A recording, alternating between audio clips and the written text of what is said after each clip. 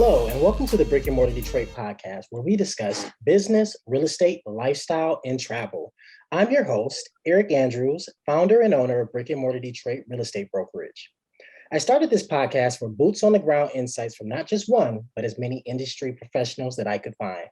Today's guest is Aftan Malone, realtor, proud wife, and mother of four. Hi, Aftan. Welcome. Thank you for coming on to the Brick and Mortar Detroit podcast. Tell us a little bit about yourself. Well, first, again, thank you so much for having me. I really appreciate it. So I am a real estate agent. Been licensed for going on 5 years now. Mother of four. So I was just letting you know my youngest is 19 months. So Wow. I have a 3-year-old, a 1-year-old, 7 and 12. So So how's that going with real estate and COVID? And I mean, we know it's chaos, but I got to hear more. I just do. Yes, it is. It is chaos because I have, my business that I'm trying to do, right? Is ever changing. It's always something that we need to do, need to learn, right? You can never do enough. Absolutely. And then I have my mother's side, and then they're also doing homeschool. Okay. And we're potty training at this moment as well. Whew. Yes, so it's a lot of moving parts. It's chaos, but I love it. It keeps me kind of on my toes. Absolutely. And it's a great motivation, because sales, you can get down to the dumps really quick. Yes, you can. You absolutely can. So yeah, and that's what we're here to talk about. Yeah, and COVID definitely had an impact with COVID and real estate. So it's a great motivation. I love it. It keeps me up. So otherwise I'm blessed. I'm happy to have all of it. So Absolutely. Well, okay. So tell us, are you a broker or an agent? Just an agent. Okay. Agent. I have hopes of being a broker. Hopefully with the next maybe year or so. But right now I'm just an agent. Well, you got enough to manage, so we don't need you to become a broker just yet. It's okay. No, you gotta always right. Be striving to go higher. Absolutely. Yes, absolutely. So are you a lifetime Detroiter? Yes, born and raised here. Went to DPS all my life, then went to Michigan State, which and then went to Walsh College. So all of my education is either in Detroit or in Michigan somewhere. So perfect. So you're like the perfect person that we should be talking to. Yeah. And so what would you say you love most about Detroit? I love the energy that we have, especially when you go outside of like the state. Everywhere you go, I feel like if you say you're from Detroit, you get respect. Period. Automatic. Like automatic, right? So I think it's our energy. I think it's our style. My husband tells me this all the time. Like they take stuff from us all the time and they use it in other areas. Ain't that the truth? So yeah, Detroit just has a lot of flavor, a lot of style. And it's just deeply rooted in a lot of culture, outside of the African-American community. We have a lot of Asian, Americans here as well. We have a Hispanic, so Polish, so it's just a very nice, eclectic city, that even though we've had our problems, but at the end of the day, we stay strong. So very true.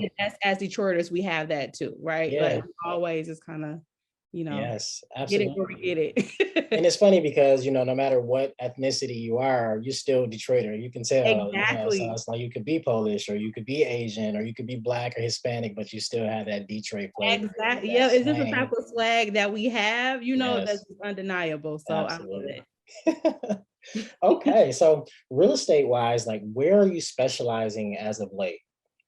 So of course Detroit, and I have been venturing out into Metro Detroit as well. So, but like closer, I'm an East Sider, so closer to East Side, Warren, East Point, St. Clair Shores, Grosse Pointe. I ventured out to the west, but that's kind of where my area is. Gotcha.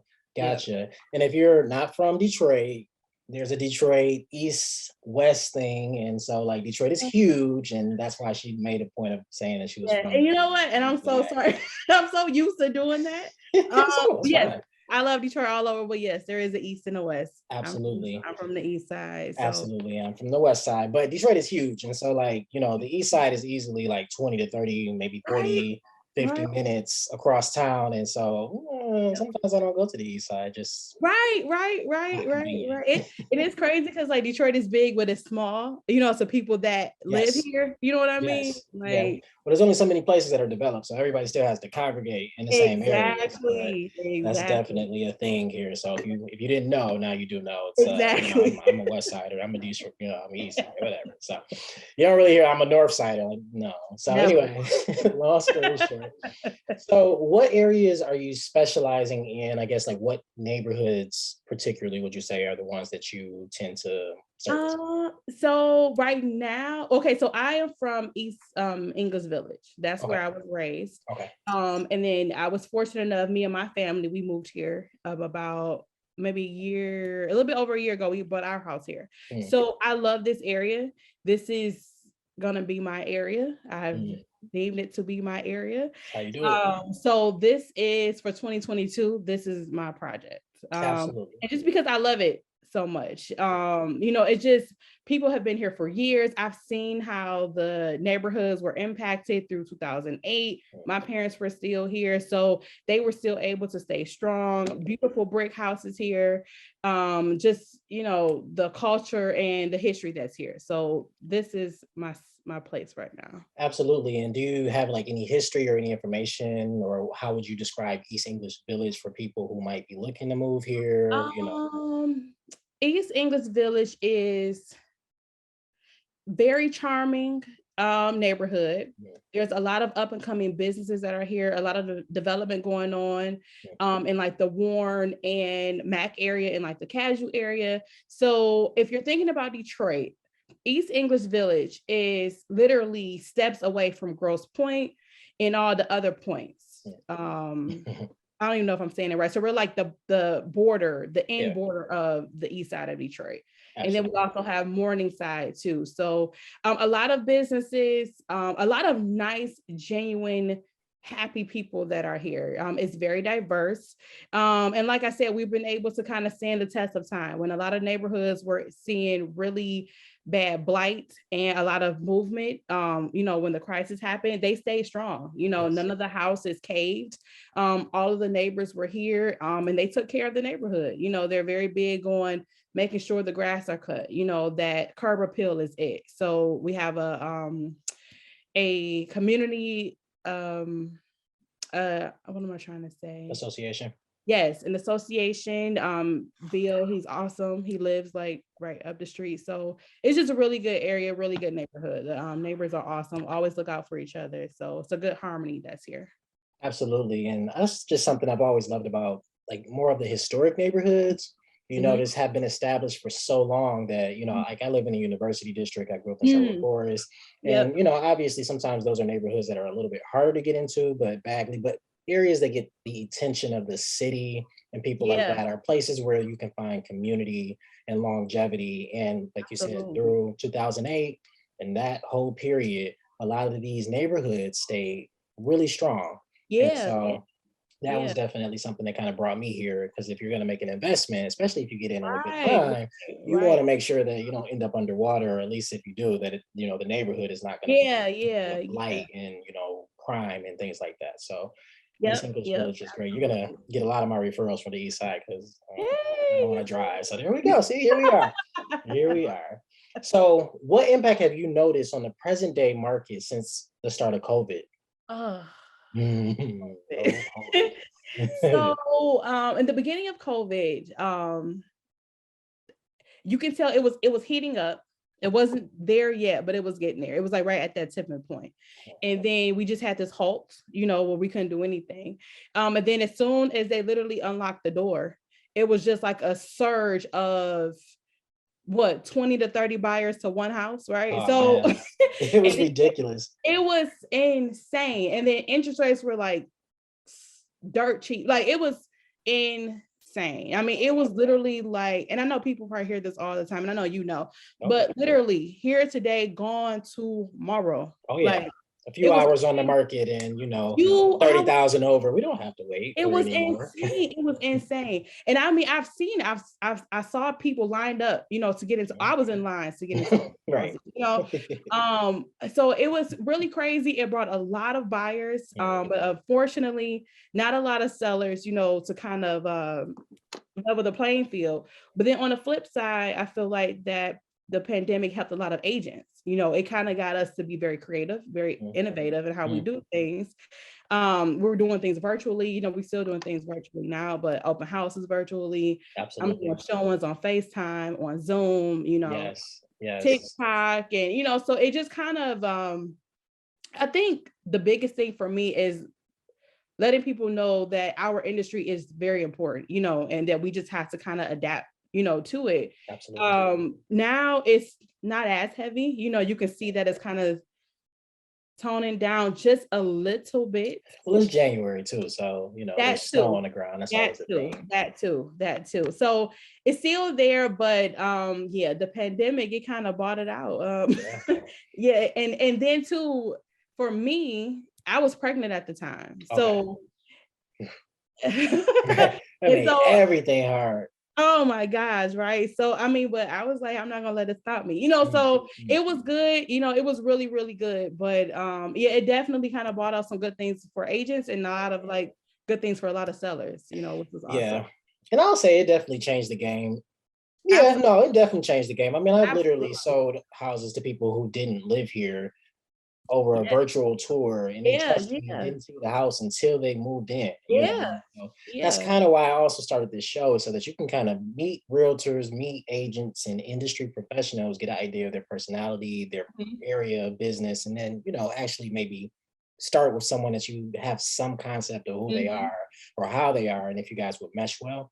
So, you know, because a lot of people are buying houses in Detroit without ever seeing them. And I'm like, wow. I got a couple people from like Zillow, you know, seeing myself on Zillow, and they were from out of the state, never been here before, just knew that I think one of them was from Vegas, but he just knew that Detroit was hot, you know. But at the same time, still really not understanding the market, you know. So, you know, when you have that, and unfortunately it's like, well, it's not just as simple as putting in an offer, you know, you got to be ready to compete because you know, it's the pandemic, because it's crazy everywhere, and two, because we're Detroit and everybody's trying to get here, you know. So it was crazy. It was a crazy momentum, but it bought the best and it also bought the worst out of a lot of people. And I think that it just kind of showed you, you know, if this is what you really want to do, then you know you got to kind of do it. And if you don't want to do this, then you got to get out. So absolutely. And you know, just to kind of expound on that a little bit, the market in Detroit was already tricky, you know, so it really boils down to neighborhoods and finding a good neighborhood. And if you find a good neighborhood, then you might have to also look for a particular street or block, because there still may be lighter. It's like you might be one house on a block sometimes. So it might not be where you want to live. Maybe you do. I don't know.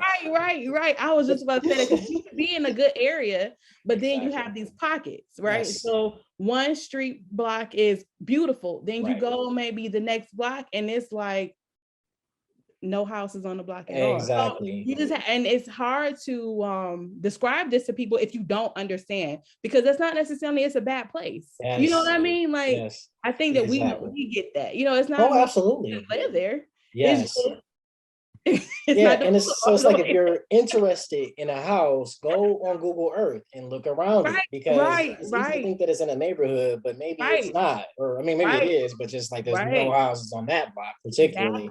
And so that made it tricky. But then people weren't really doing, like, in my opinion, for a while, good renovations. They would call it renovation, but it was like a rehab. So you like paint over cabinets horribly and all types of stuff. All the work was shoddy, and it's still kind of shoddy sometimes. But long story short, if someone did a good renovation that was really nice, you still had the same effect where everybody was kind of going towards this one house. And so now you've got that happening, and COVID and inflation and everything like that. So this is why people are having 30 offers, 30,000 over, asking whatever it may be to try to secure a home. And so that is the tricky part that I talked about in Detroit.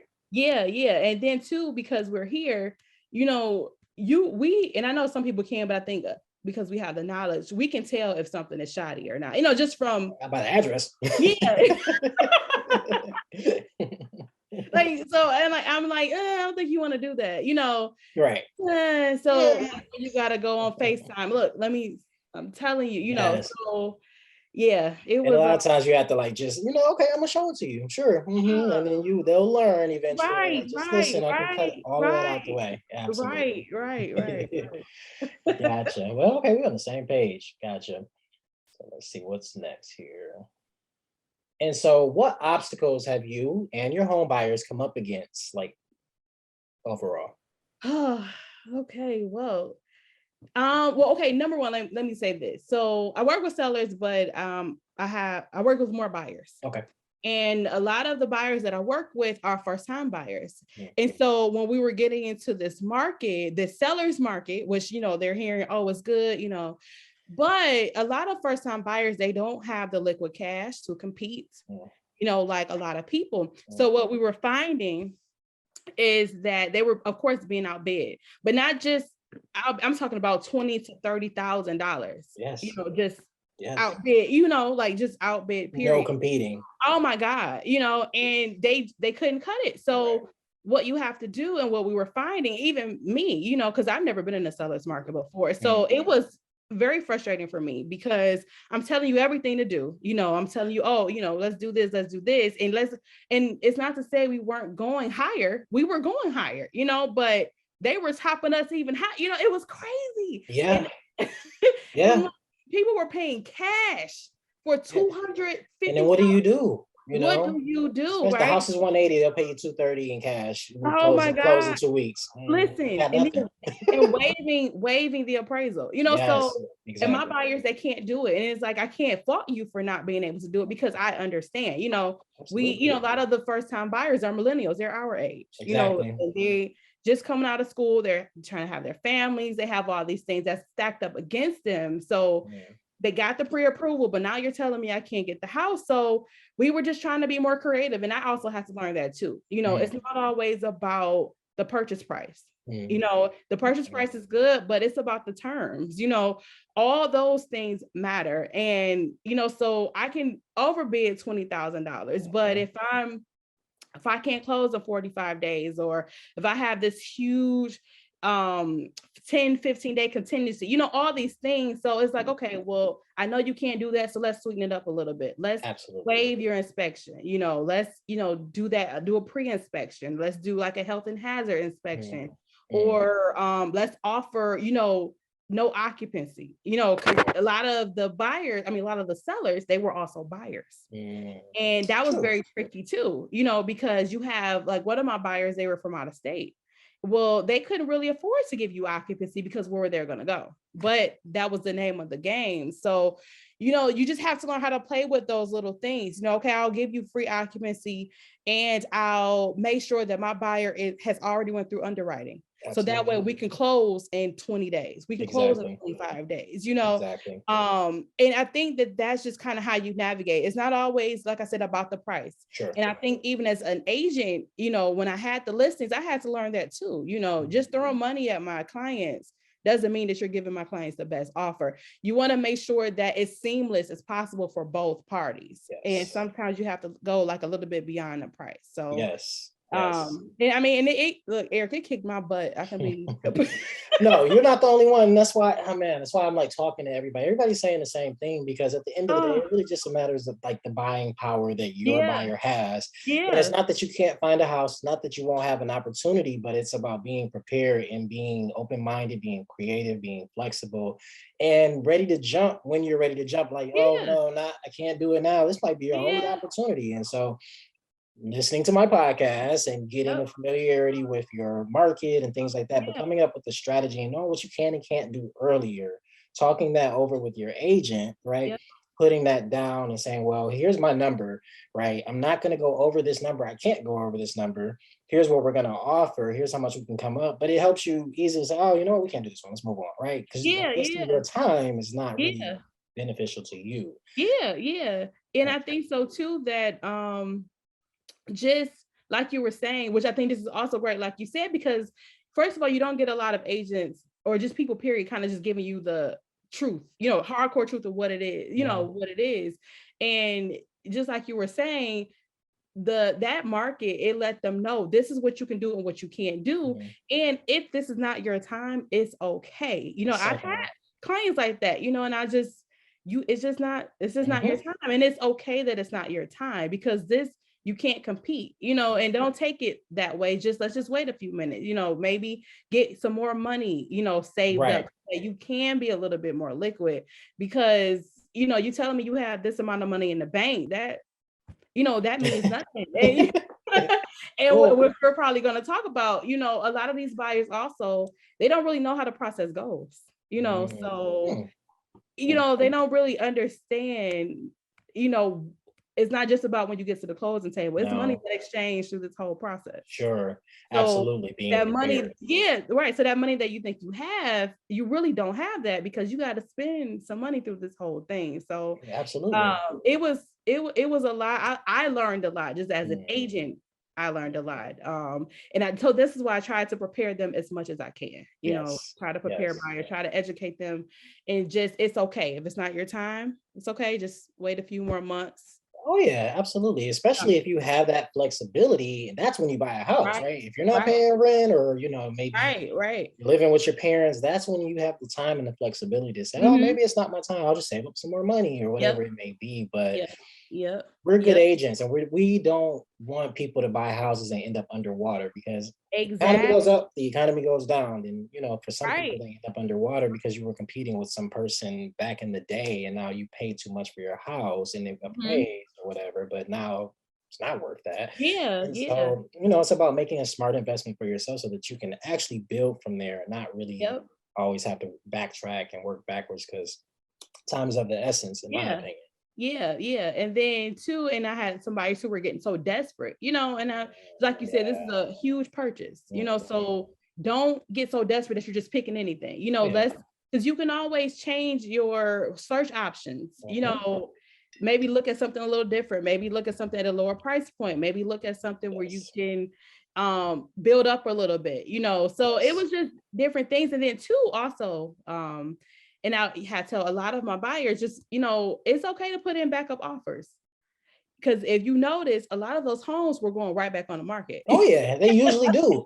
And that's the thing, right? Like, a smart person wants to snag it and tie it up off the market before it even gets interest, so they don't have the seller who feels like, oh, I got 30 offers. It doesn't matter what happens here. And so that used to be a tactic that, a lot of people use, is just make a crazy offer and then, have the inspection and then really start negotiating and things of that nature. And so backup offers are good. I communicate and connect with other agents that are selling houses and say, hey, let me know, and they will. They'll create a little list. And a lot of people by that time have already moved on to some other house, and here you are, now you're playing wins. Because you have to communicate. It's not like, oh, like, no.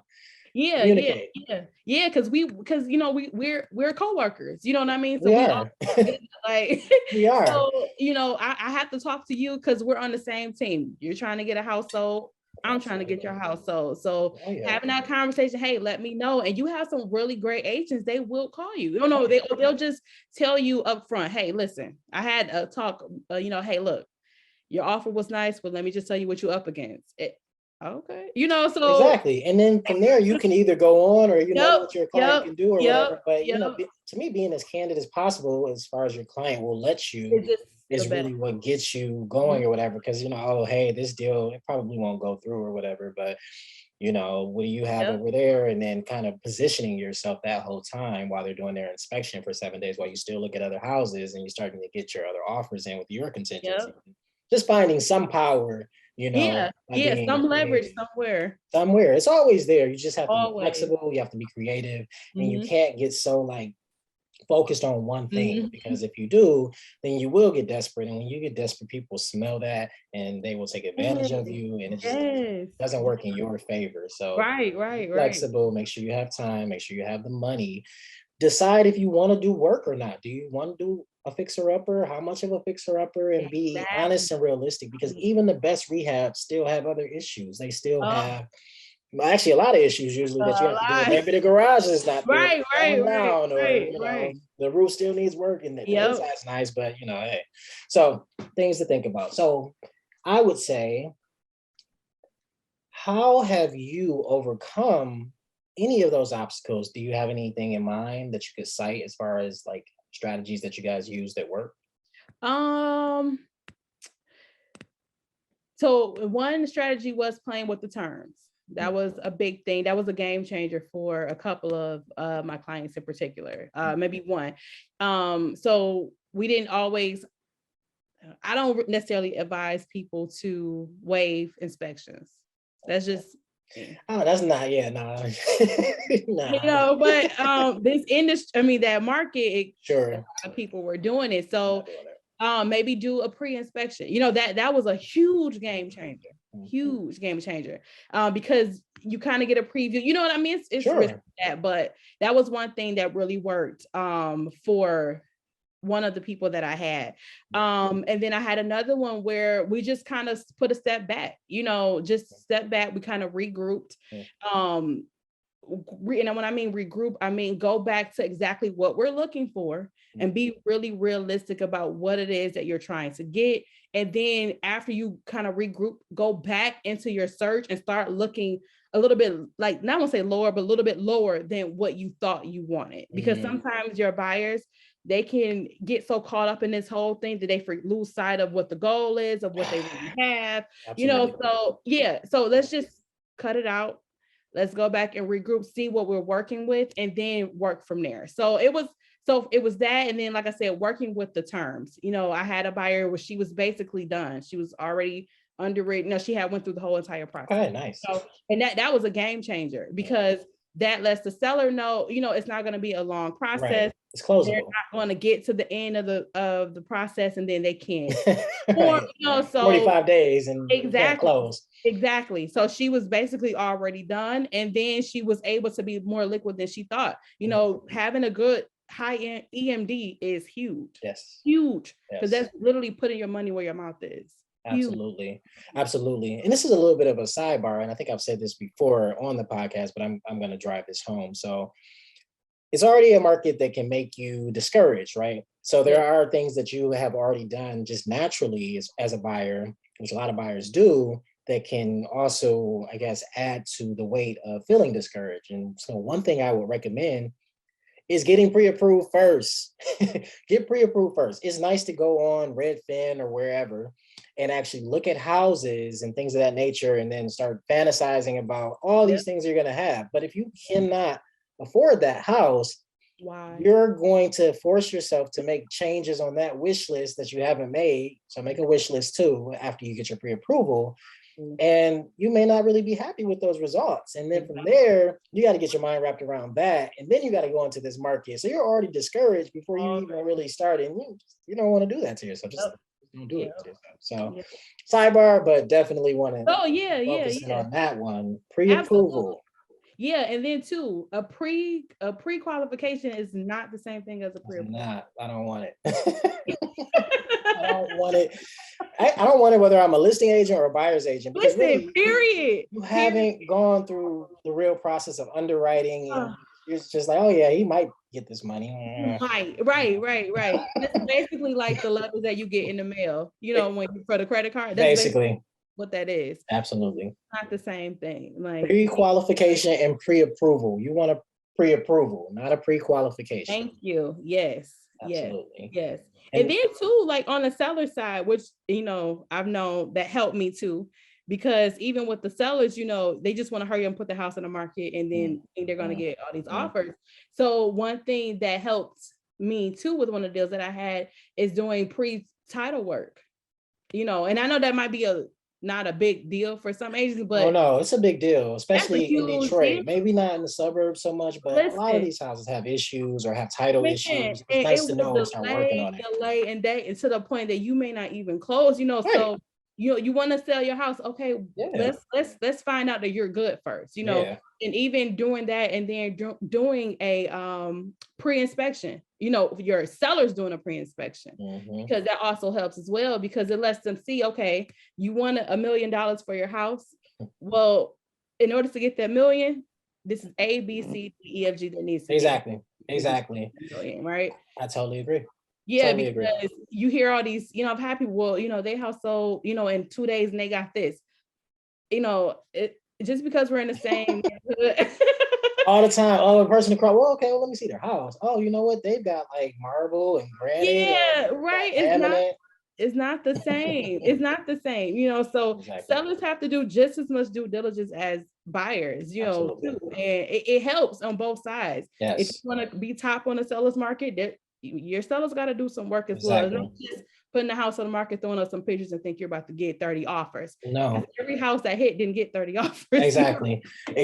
And pretty much the houses that were nice, and more so when I say nice, I mean renovated, right? Are the houses that people flock to. You're dealing with aesthetic, millennials. Maybe not all millennials, but these people want to be able to take pictures in their house and not have to prop things and they want to feel comfortable, invite people over and feel that they have a modern home. And so sometimes that can be expensive for some people. I'm not saying that everyone has to do it, but when you're maintaining and managing your home throughout this whole process, you start updating things here and there, and so that you can put your house on the market. Exactly. So your agent should be doing a CMA, right? So you're not going to just start with some number that you pulled out of your mind. I may ask you what you want to get, but I'm going to look around your neighborhood within the last 6 months and see what's realistic with the condition of your home, so that we can get interest. You can get interest, but you definitely have to get those things in line first. The pre-inspection will tell you what you may need to fix or not fix. And you're going to want to probably disclose that and say it's been priced accordingly versus putting it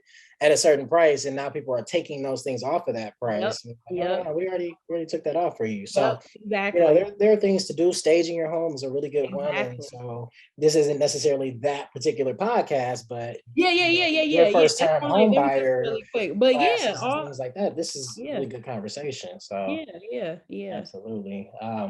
I'm loving it so far. This is good information for people. Right. Excited. All right. So let's see here.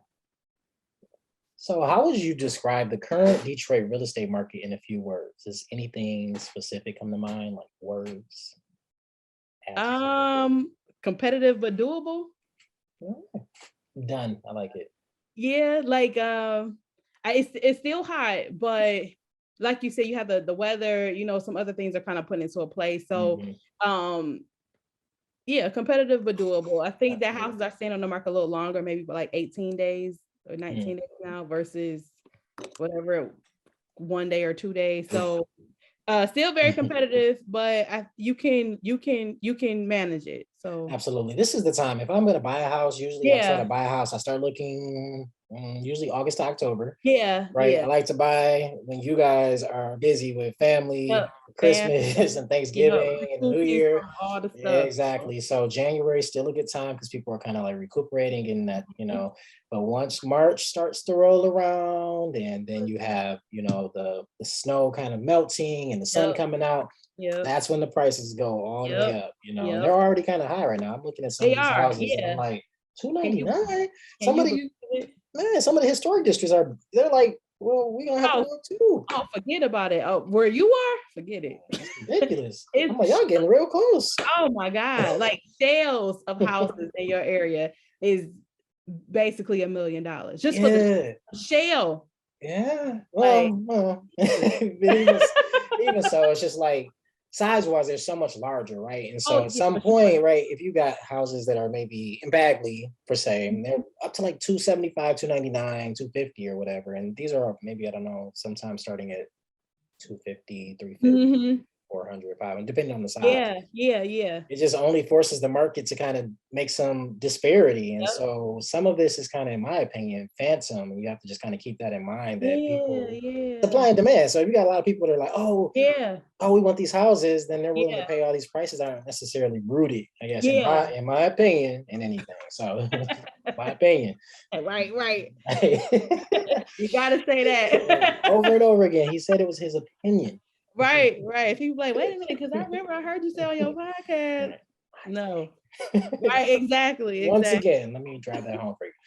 So I hear you're into education of home buyers. Where is your focus? Can you tell us a little bit more about that? Yeah, so I have the privilege, well, I've had the privilege to host 2 home buyer seminars. One right before the pandemic, which was in person. Then I did another one during the pandemic, which was virtual. And then I have one coming up this weekend. So yeah, I think that, like I said, it's a privilege because number one, nobody has to come and talk to me, listen to what I have to say, number one. But I think it's really good because a lot of buyers, they do not understand the process. So get a lot of people who they approach it with either, you have 2 sides. So they either approach it with a lot of anxiety and a lot of like negativity, and then you have the other side where they approach it like they see on TV and they think that, It's TV. Yeah, I mean, they really think that, like literally, I'm going to see one house and then in 3 days or 5 days, I'm moving in. No, like, no, it's not like that at all. Like, I mean, so, and it's a step-by-step process. And what I'm learning, and even just working with, clients, that the clients don't even know what we do. You know what I mean? Like, exactly. Even after you tell them, it's so many moving parts to this that we are putting out fires that they have no idea that we're putting them out, during this whole thing.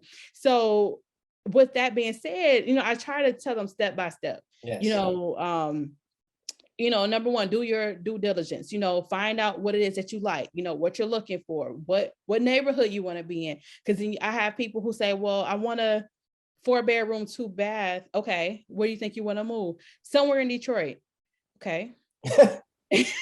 Detroit is huge. It's like 187 miles or something, square miles. Right. Detroit is huge, So, find your location. Do you have some amenities you want to be by? If you want to be a lot of restaurants, if you want to be by some dog parks, all those, like all those things matter. Because what I was saying earlier is, some buyers, they're not aware that you don't just need money to close. You need to have a deposit or, a EMD. A lot of buyers, they don't know what that is. They didn't even know that they had to have a deposit with the purchase price, purchase agreement. So, and even though that money does go, but it's still like, that's something that you gotta have money for, You gotta have money for an inspection. They don't even know what a home inspection is. They don't know what to look for in a home inspection.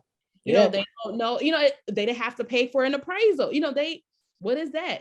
That's could be $400 to $600, $700, that you have easy that you pay, like, and you can't go any further if you can't pay it, right?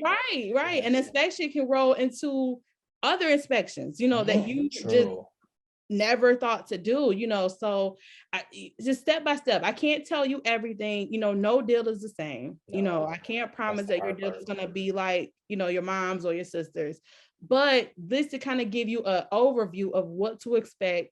After we do this, then this is what happened and this is what happens. And they seem to appreciate it a lot more. They seem to be more prepared. They understand. And two, when we get to those hiccups, they're not as stressed out, because, hey, I'm trying to tell you, hey, this is what happens, this may happen, and like I said, no deal is the same. So I can't promise you it's going to be nice. There's things that happen that I don't even know that's going to happen. I mean, you're out of your control, and that, and that's really part of it is, I'm a therapist, right? I might as well be a therapist, but that's part of it is being with someone who's seasoned, experienced, and kind of knows that, we can get through this, knows who to talk to, where to send you, where to guide you, they hold your hand, right? And so before I start, EMD is an earnest money deposit for anyone who doesn't know what an EMD is. And so that's one of the beginning things of the process. After you actually make an offer, you make it with an earnest money deposit that basically says that you have skin in the game and you're serious, right? So long story short, that's normally, if I'm not mistaken, about 1% of the purchase price. So if it's $100,000, your EMD is going to be about $1,000. But the beautiful part is, again, what you do is beautiful, Aftan, because education is why people are so anxious about this. You get with someone who is experienced so that they can walk you through the process. It's really only like 7 or 8 steps, really. That it's just really who you're working with, right? So if you say, for instance, you got a crazy realtor and they're just full of like anxiety, and maybe they know what they're doing, but they are disorganized. You're not a disorganized person, right? So then they're just like this, and the processes are already like this, and maybe the other realtors like this, and it's like, oh my God. Well, yeah, your process is gonna be crazy. But maybe that's what you like. I don't like that. Right. Real estate and my investments, my acquisition. So being educated really is the first step, so you can definitely find seminars with Afton or people or things Mhm. online, or even just a blog post that might tell you what the steps are, Yeah. which are generally your pre-approval, look for houses, make an offer, earnest money deposit, inspection, Yep. appraisal. And like you said, the inspection, normally for me, they're normally cut and dry, but you're right, it could lead to another Yeah. inspection, especially if you're doing an FHA versus a conventional. You might be required to do other inspections that bring more problems, and maybe Listen. the seller just doesn't want to deal with that, right? And Yeah. so Yeah. there are things to know, and education is everything. And it doesn't take much. No one's trying to talk your ear off for 3 hours. Right. You just Right. need to know Right. what you're Right. doing or not doing, and so that you can kind of be prepared to kind of make this a navigable process rather than a roller coaster, because it is a roller coaster, but we're Yeah. just trying to kind of hold it in place long enough for you to get to the other side. Right. Right. Even the Right. best transactions have turned into nightmares. Like, what happened? Oh my Like gosh. everybody's mad at each other. Oh my So God. I'm like, I feel like every deal I have is boot camp. I tell my boyfriend all the time, I'm like, am I ever gonna get out of boot camp? Like no, no, everyone.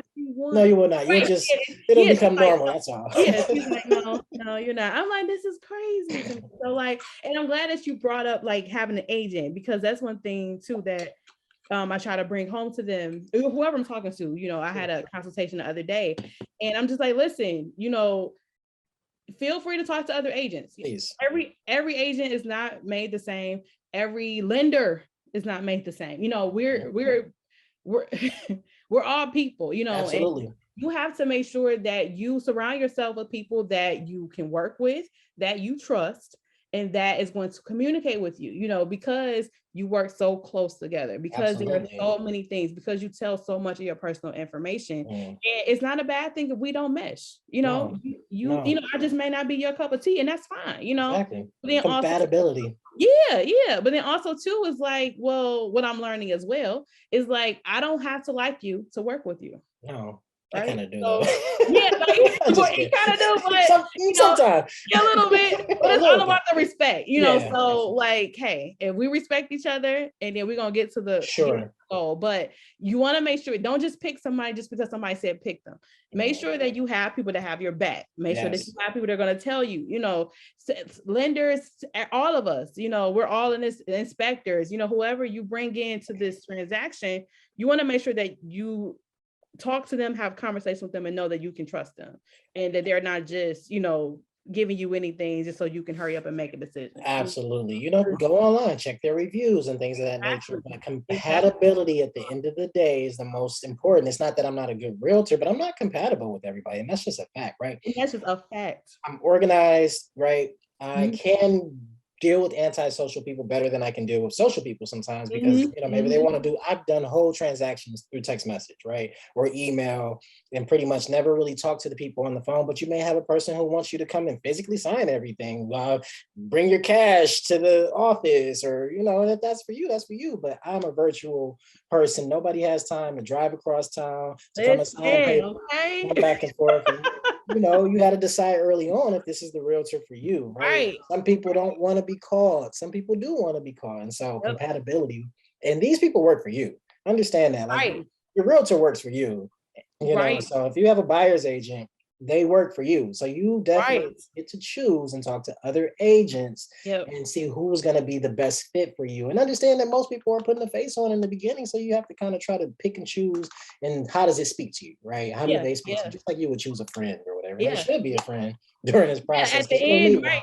Right. You usually are friends at the end. Oh, I got people. We gonna hang out now. We had like charcuterie boards the other Right, day. right, right, right, right. Oh my God. Yes, I think that's like the most important thing. Just, Absolutely. try. And like I said, I can't tell you everything, but at least so you'll understand. So when I say certain things, you'll Oh yeah. understand what I'm saying. Or, if I, you know, That trust, just that trust yeah, that you're gonna get them through it, and I can trust what you say, because there are realtors out here. They're like, oh yeah, yeah, do yeah. that, do Oh, that. oh my gosh. They They just trying to fast get talk paid, you. right? And I'm sure Yes. maybe they're making a lot of money. I just can't do that. You can't be saying Eric Andrews steers you wrong. I'm not saying I'm Right, gonna have the right, best transaction with everybody, right. but you can't have you're like, oh, he just steered me wrong. Like, no, actually, Exactly. Exactly. That's how I feel like too. Like I can't promise you roses and butterflies every time, but I think at the end of the day, all of my people can say that I have been very honest with them and I'm there. Yes. When you need me, you call me, whatever it is, I'm there. If you need Absolutely. me to come into your house so you can sign, I'm there. I will. I want to, but I Right, will. I'm just right. letting you know I will do that. But Right. But I'm there. I don't sugarcoat. I try to be as upfront with you as possible. If you don't like it, you don't like it, but I'm being honest, exactly. and I think Yeah. that's just it, so. Exactly. Exactly. And so, there's some things that you can really kind of rely upon, like your instincts during the home buying Mhm, process. So one mhm, thing, go with your gut. Some houses are really nice. Some houses look great. They're on a great block, but they just don't feel right. They don't just speak don't to you. feel right. It's not for Yeah. you. Oh, Period. thank you. Like, it doesn't speak to you, because I say that too. People, they'll say, well, how do I This is your know? home. And I was just like, you'll know when you go in. You will Like know. sometimes the house chooses you. So it's not just about, like, the house can have everything that you wanted, but it just don't feel right. It's No, cold. it's not it. Right. Yeah, it's just Yeah. not it. So I'm like, it's not, I wish that we can look at three houses and that's it. I wish. Sometimes you get lucky and you're able to do that. Maybe. That's a big maybe. Ugh, You might look at 50 houses listen, and still find nothing. and still find nothing, right? Like, but it's just Welcome. feeling, you got to go by what you feel, and it's okay. It's Yeah. okay. This is Yes. what I'm here for. It's okay. Absolutely. But just know your expectations.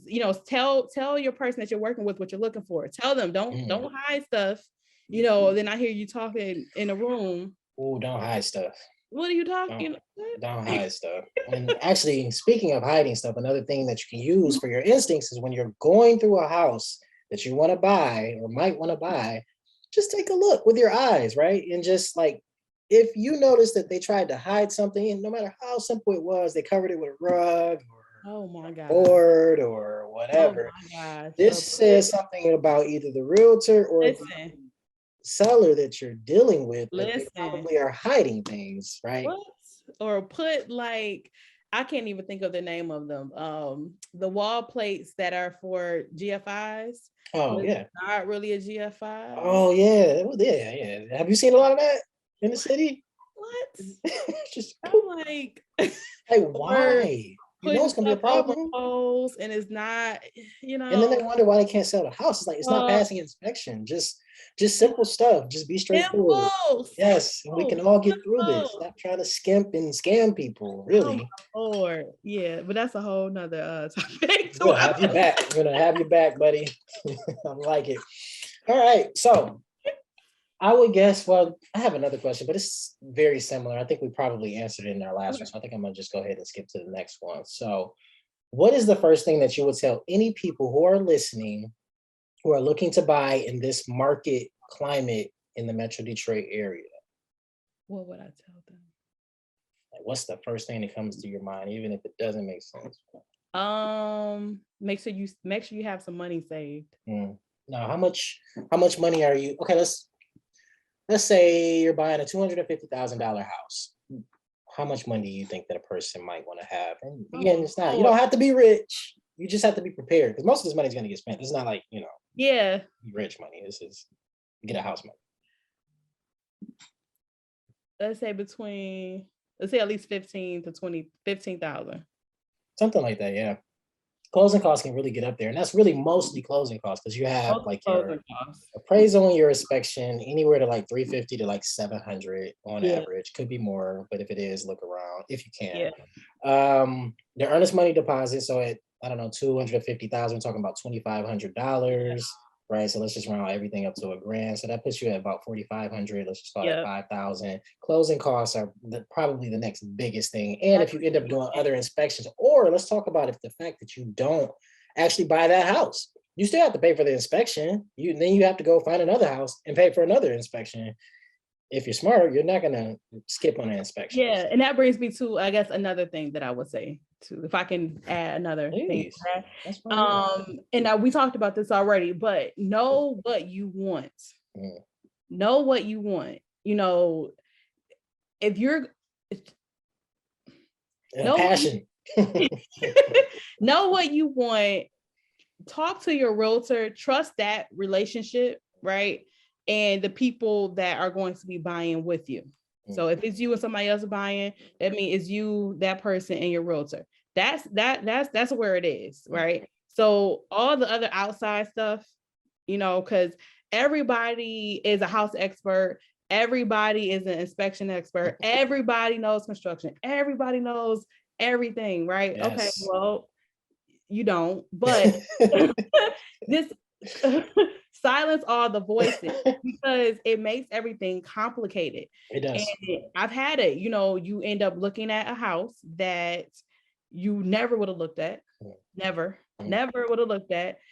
Never would have looked at. I can't keep that enough. Never would have. This is very specific, but now you go through you go through all these steps only to just realize that I should have never did this, and only did it because of A, B, C, D. Exactly. Stick to what you want. Yes. Share it with your realtor. Hey, this is what we're looking for. This is this. This is what I can skip on. This is what I can't skip on. This is my price. This is what it is. Because anytime you venture out of that, or you don't let one person know what's going on, it's confusion. So you just stick to what you wrote down. Write it down. Every time, write it down. Make a list of what you want, what you don't want. Share with your realtor. Your realtor has industry, knowledge. They can tell you if it's doable, if it's not doable, what to look for, what to not look for, what that looks like price wise, what it doesn't look like, and just stick to that. Don't switch it up in the middle and then. I totally agree with that. And that's kind of like the wish list or whatever. But as an agent, maybe I tend to just take notes of my own. But as a buyer, you can write this down if you like. But you should make a wish list before, because during your transactions, what happens is emotions start to kind of roll in. And say, for instance, the seller, you guys are just not clicking and this the whole time. It really throws everything out of perspective, and it becomes about winning that battle versus getting whatever your goal was. So for a lot of people, the wish list for me consists of what you want out of a house, how much you want to spend on a house, what your goals are, right? And then we refer back to that instead of referring to winning this one battle over inspection. Like, well, okay, maybe that little GFCI outlet that you can fix yourself, but hey, I'm your realtor, I'll come fix it later. No, I'm not. Right. It's electrical, I'm not going to do it, but we'll get somebody. We'll get somebody there to do it for you. But regardless, that shouldn't stop you because they said no, you're going to make them do it or whatever. You should be able to move forward because you're gaining a whole property at an affordable, so be able to refer back to it, write it down, put it in your notes, email it to yourself, write it. I don't know how people do things these days, but that's important to be able to refer back to what you wanted when you weren't, emotionally compromised, and what you're getting, and if they're, in line with each other, and stick with that. That'll get you through all the way. And as your realtor, I'm like, oh no, remember you said you wanted that. And like you said, there are certain neighborhoods that are not built in a certain capacity, right? Absolutely. So you may want, I don't know, big bedrooms or this, that, and the other, or maybe a 4 or 5 bedroom or something that's not a bungalow. Certain neighborhoods are just not made like that, right? Absolutely. Certain neighborhoods were built at certain times and they were intended for certain people or certain family sizes, but the people were smaller or whatever it may be. They didn't have as much stuff because they weren't as gluttonous as us or anything. Right. You may not find what you need in a particular neighborhood. Your realtor's gonna be like, look, man, you're not gonna find that here, and and it's okay. You can continue to look and just tell you probably not. And if you do, there might be 1 or 2 homes, but like slim, that type of stuff. So and it's okay, but all that, I hear, my grandmother, they bought their house. It's not that time, No, when the market was, in the summertime when it was blazing hot, it's what you would get for $150 last year, it's not the same as what you would get. Exactly. Like literally 12 months ago, what you would get then is not the same now, so you trust the people that you surround yourself with, trust your professional. They know, what they're talking about. That's why you pick. Absolutely. And leave it at that. And I'm not saying you don't know what you're talking, but you get what I'm saying, Eric. Like, if you don't do this, you don't know what you're talking about. You can know a little something, but there are things, especially again in Detroit, it's just different. There are things with titles and things that you can't see, you don't have access to. that you just need to kind of trust your realtor on a seller's disclosure, whatever it may be. Exactly. There's just a lot of little things that you should use in a Exactly. market like this. And I would definitely agree with you that real estate is one of the probably fastest changing industries next to like technology. Yeah, yeah, Um, so that's how people build wealth is maybe your house does go up $100,000 yeah, in 12 yeah, months, yeah, and you yeah. sell, and now those are what the comps are, and everybody's doing that. But at the same time, maybe it goes down Right. $100,000 too, depending on what the economy Right. is doing. Then So what? gotta be prepared. Right. So what would you say to people who are more so looking to invest in Detroit? Do you Hmm. have anything that comes to mind for them? Because they're all buying and everything, but the intention is different. And I think that really changes the I transaction. think I guess kind of the same. Well, just before you jump into it, just because you are able to buy a house doesn't make you an investor. Hmm, I like that. You know, Say just it because again. One more time for the people who didn't hear it in the back. just because you're able to buy a house does not mean that you're an investor, Mm, right? mm, And this is and I think too, because we don't want to take anything away from people who actually know how to invest. sure. It's not just about going into your old neighborhood, throwing down $5,000-$10,000 because Mm, the house are $5,000-$10,000, and then mm, you're an investor. No, it's a lot mm, of things with that. You have to know, do you have enough cash to withstand the house? What if you can't rent it out in a certain amount of time? How mm, much is the optimal rent in this neighborhood? How much money should I put into the house? And how much over the next 5 years do I get out of that house? mm, So, it's not that, and I don't like that. It seems that people's industries are just saturated with, people who think they can just do whatever they want, or they can mm, just look at a video on YouTube, but then they're all of a sudden they're just a professional. It's not that. So if you want to be an investor, Detroit has a lot of investment opportunities, of course, but do your research, know that area, understand that neighborhood, know the prices, know if do people even rent in this neighborhood? Is it more Section 8 based? Is it more, all these exactly. all Exactly. Do these people even things. live here, man? Yeah, like right. You don't even live here, and if you don't, don't shy away from getting help from people that live here. Sure. Hire a property management Sure. company, but do your research. Just because a neighborhood is vacant or just because the neighborhood looks really bad does not mean development is coming into that neighborhood. Absolutely. Every Absolutely. area in Detroit is not being redeveloped. No, and that's what I keep trying to get people to understand is, yeah, you can go get a cheaper house, but man, nobody's paying attention to that neighborhood, which Nobody's means saying that even the police in some ways aren't paying attention, which means that you're gonna deal with exactly, a lot of crime, you're gonna not be able to get help, and exactly. a lot of different things like that. And to expound on what you're saying, yeah, just because you have five or $10,000 to buy a house because it's $5 or $10,000, well, if you don't have the means to fix it up, you're a slum landlord. And at that point, you're Yeah, just part of the problem, right? We don't yeah, need any more boarded houses, yeah, blighted houses, yeah. especially in the areas that are trying to redevelop, because the quicker those areas redevelop, the faster it grows outward. So Exactly. you're not a, Exactly. you're not a You're not right. You're investor not. if you're boarding houses and holding them. Well, you are. I'll take that back. If you're boarding houses and I holding get what them you're saying. and trying to get the money and the growth, and you're going to sell it, yeah, you're by definition an investor, but you are part of the problem here in this city, and Right. we hate You're it. a part of you're a part of the problem, and not just buying these houses just to, like you said, not fix them up and just Hold them. and Right. exploit the people that are here that literally Exactly. need somewhere to stay. Like Exactly. that just kind of defeats the purpose. So Yeah, and to pinpoint what we were just talking about, neighborhood matters. So if it's five or ten thousand absolutely dollars, and you think you're matters. gonna, make a ton of money off of it by holding it for equity, again, no one's paying attention to these areas. Nobody's So paying you're attention. likely gonna probably it's gonna be worth 5 or 10,000 for like 3 years, maybe. It might not, Exactly. it might move up a Exactly. little bit, but if nobody cares Exactly. about that area, hey, well, good luck to you. Right. Exactly. And so, what would you say for people who are looking to become realtors in this market? Any advice to them? This can be advice. The rest was Um, just not there were our thoughts. I think that okay, well, because I hear this a lot. We need to take this profession serious. Mhm, This is mhm, not just something that people just jump into. It's not a hobby. I know mhm. it looks like that, but literally for a lot of people, this is how they literally live, right? Yes. This is like their only job. This is what they do. So it's kind of a slap in the face when people just feel they can just go and get a license, then all of a sudden they're an agent. It's a lot of moving parts. You have to educate yourself.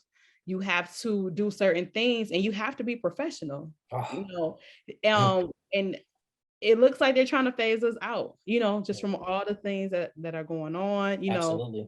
All these companies are trying to sell homes now. I mean, that's a whole nother topic. So, a lot of talk, oh my God, right? A lot of talk about our money, it's a lot of stuff. Yeah, I forgot about that. If you are trying to be an agent, you need to take it seriously from day one. Take it seriously, because literally this is people's livelihood. If they don't sell, they can be on the street, So take it seriously. Take the education seriously. It's not just about, and I hear this from my mentor, it's not just about being on social media and just posting pictures. And man, it's so true, especially here. A lot of markets are already active and thriving and oversaturated with realtors. But yeah, a lot of people are, I'm a realtor, and it's all about your Instagram and your social media and standing in some vacant house with a hammer. Like I did that. Like, but at the end of the day, too, it's more problematic for agents who are serious and full time like us, because there are people who take these listings of family members or friends and they're part time. But well, this might not be such a problem anymore. But when people were still working like 9 to 5s at work, I couldn't get in touch with them during the day when I was trying to show the house. They don't answer the phone. So we need realtors who, I see your name on a listing or your brokerage, I can feel reassured that you guys are professional. I've had all types of people I had to deal with. Won't answer the phone, won't give us the EMD back. Like, oh my God, that's so true, because you start to learn, us as you kind of go around, and you start to see, oh, okay, they're cool, or whatever, they're not cool, so don't work with them. yeah. So I think just take it seriously, like take it seriously. This is not something that you can just do and then and I like I said, I'm still learning a lot. I learned we're learning until the end of this, probably. It keeps changing, right? I learn something new every single day, so just take it seriously, get your education, take it seriously, and just respect the fact that, people do this, what I mean? Like we do this. Yeah, like. And if you haven't got your gray hairs yet, you're not a realtor. Not yet. You remember all those memes where like people were pulling out their hair? Like, Eric, when I say that has kicked my butt, I was like, what in the world is going on with this market? But tell me. I survived it some kind of way. And you're a survivor. A lot of people just kind of got out or just aren't doing much right now. But I think part of what's going to be helpful for us is the connection, right? Me connecting with you and other people, and us kind of just having a network where we can make things happen in Detroit. Because at the end of the day, if we want to bring the city back and the markets back, we need to bring population. So I'm competitive, but I'm not like, oh, I don't want you to get a listing before I get a listing. I want you to bring people into these neighborhoods so that other people want to be in these neighborhoods and people care about it, right? Not just like, oh, here's a box on the ground, I'm going to step over it, and 7 months later, that box is still there until it blows down the street. Like, it's curb appeal, but So, all right, here we are. You ready? Yeah, I'm ready. Okay. What is your craziest Detroit story, real estate wise, or just Detroit in general? Tell me you got something. Craziest. I'm trying to, so I don't know if you probably don't know. So I have a background in property management. So I did property management for about 10 years. Oh, wow, me too. So a lot of my craziest is probably... Oh, well, that's fine too. That's crazier than probably day-to-day real estate. Listen, property management.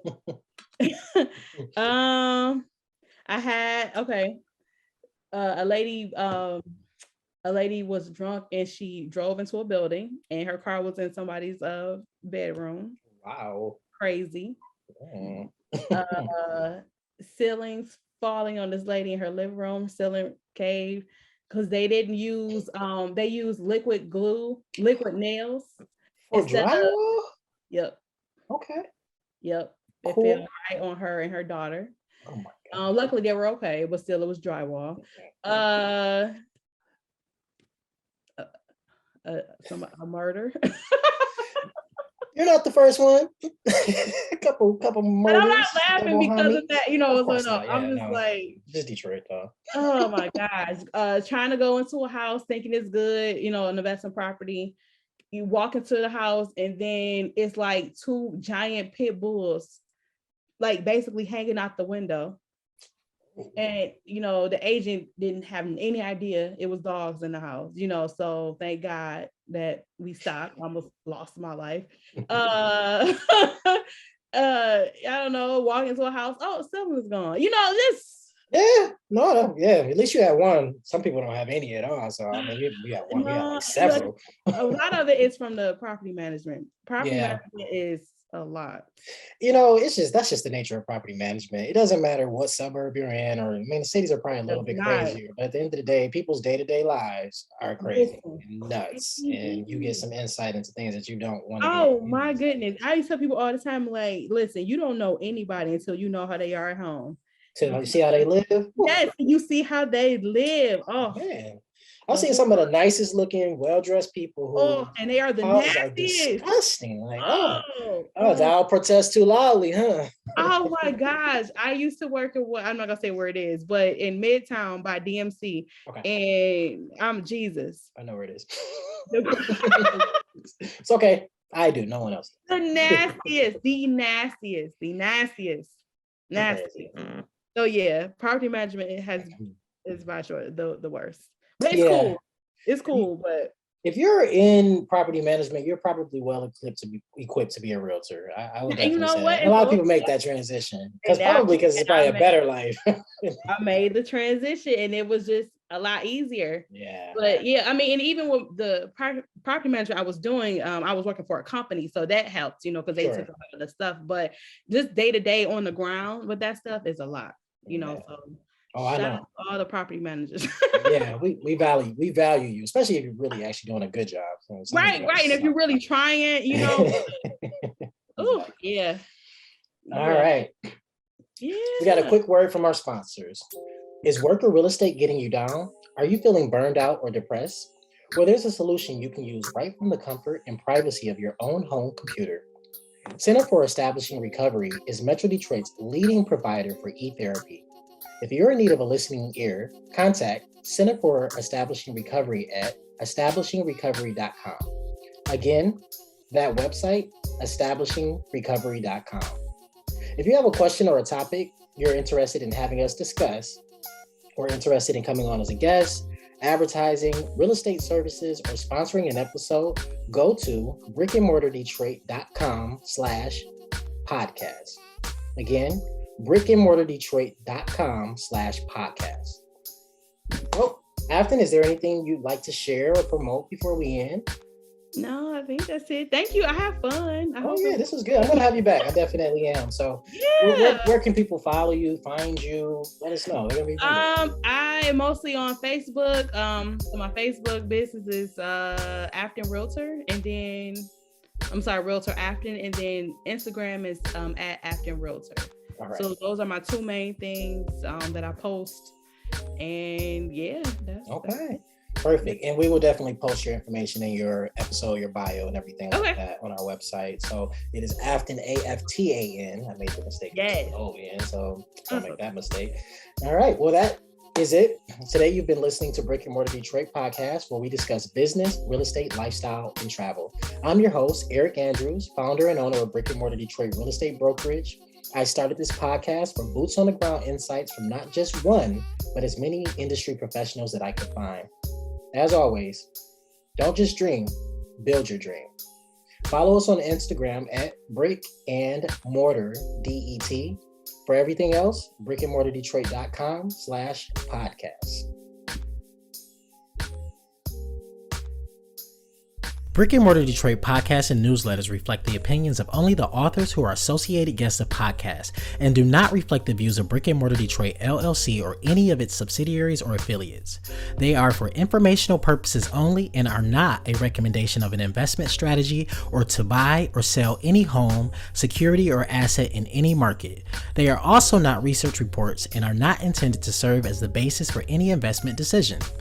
Any third-party information provided therein does not reflect the views of Brick and Mortar Detroit LLC or any of their subsidiaries or affiliates.